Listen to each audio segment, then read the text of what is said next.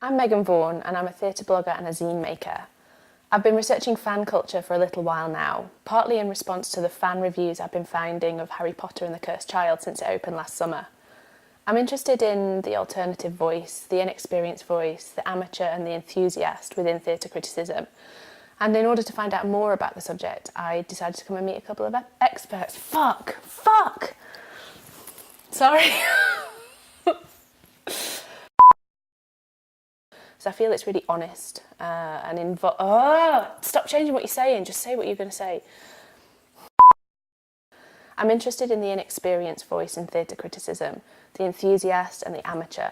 And to find out more about fans, I decided to come and meet a couple of experts. I think it's when you start to kind of think about an object or think about a text as being a really important part of your self-identity that I think you move from being somebody who just likes something or is interested in something, I think, then to actually kind of self-identifying as being a fan of something. My name is Philippa, I'm a Hufflepuff and I'm a Harry Potter fan. These are my Hufflepuff scarves. This one is a Cursed Child one, which I got from the theatre. This one is Newt Scamander's scarf, which is a vintage Hufflepuff scarf from when Newt was at Hogwarts. And then this is just a replica film one, which is the one that everyone has. I have my Slytherin lanyard on. I'm a proud Slytherin. Yeah, this is my shrine, or I like to call it the Wall of Shame, because I've seen the play entirely too many times and it's a bit embarrassing. So these are all the tickets that through the performances I've seen, and also the badges. They give out these little badges at the end of each part, telling you to hashtag keep the secrets. And yeah, so I've stuck up all the badges and all the tickets I have. And then I also have been to Stage Door a few times, so I've got some of my favourite programmes on display. I think this one was from a Sunday when like the most cast I've ever met at once came out, which was very cool. And this one is just the souvenir brochure. While a lot of people enjoy things by themselves, I think one of the main ways in which we define fans is whether they have connections with other people, whether they talk to other people face to face, online, or whether they just feel like they have a connection with other people as well. So I think that sense of community is really important to defining what a fan is. And I think it's also about feeling like you have a space where you can express that without other people kind of judging you or thinking that it's strange to be invested in something. I think that sense of finding a safe space where you can talk about something, I think, is really important for a lot of fans and a lot of fandoms as well. Do I feel part of a community? Yes, I definitely think that, I definitely am part of the community.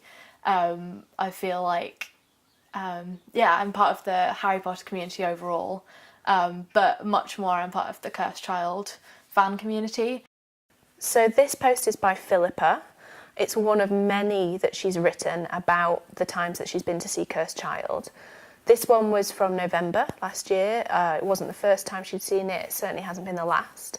But it's particularly interesting because she talks about the theory that she's been developing about Harry's waistcoat and the number of buttons in the waistcoat being directly representative of his emotional state. It says here really lovely, actually, I've only ever seen it happen before in the two scenes with Dumbledore when he's becoming a child again, a child who just wants someone like a father to love him.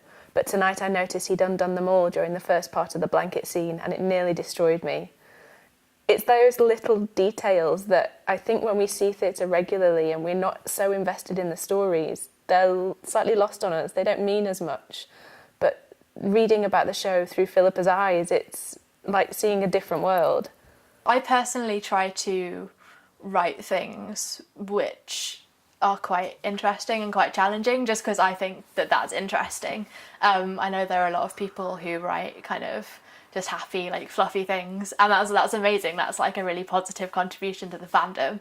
But like personally, I like to explore what we're given in the script, and I like to write about difficult topics, and I kind of try to explore things that other people in the fandom aren't necessarily writing about. And recently, like just last weekend, I wrote a 14,000 word fic in which Albus was killed in the battle with Delphi, so it was kind of alternate universe, kind of diverged from canon right at the end.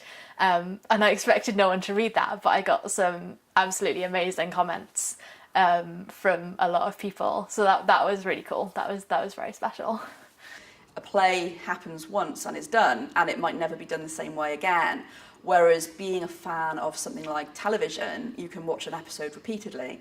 And I think that opportunity for people to kind of share and come together is this kind of way of archiving and kind of community archiving, I think is really important for forms of media that are a bit more kind of temporary or more ephemeral. There are so many moments in the play that kind of captivate the spirit of the world. Like there's a moment where Albus and Scorpius look at Hogwarts through the trees as they come out of the Forbidden Forest, and you feel like you're looking at Hogwarts with them, and you feel like you're there.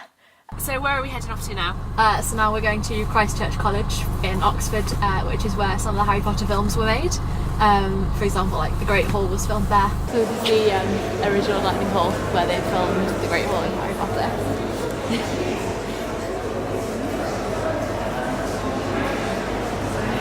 They're still eating. Like, people are literally getting ready for dinner in here. What a letdown, eh? I know, right? Where's the floating candles? I demand floating candles.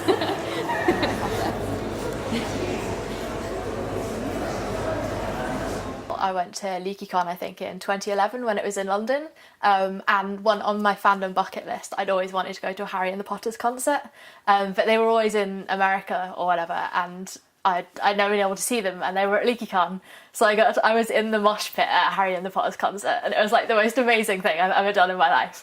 It was incredible. But yeah, I think that even though fandom kind of continued, having Cursed Child and Fantastic Beasts, it has kind of created almost a new era of Potter. Like, it's kind of revived the fandom, and it's something that people are talking about again, which is really exciting. I think if fans feel like producers respect them, and even if they don't necessarily do what they want all the time, I think they like to feel like the creators know that they're there and are not taking them for granted. And I think examples where fandoms don't really form are quite often when there isn't that opportunity to kind of find out more information, and when they feel they're being sort of let down, or that producers are sort of embarrassed by them and would rather they weren't there at all. So this is my midnight release copy, which is stamped for the Waterstones Piccadilly midnight release. So there's only like a limited number of these stamped ones, and it's signed with like basically all of the cast apart from Jamie, who never comes out. So yeah, I need to like get that sorted. I'm waiting for cast change to get it. And I think that if you think you're a fan, you're a fan. And I think if you think you're part of a fandom and you identify in that way, then I think you're part of a fandom.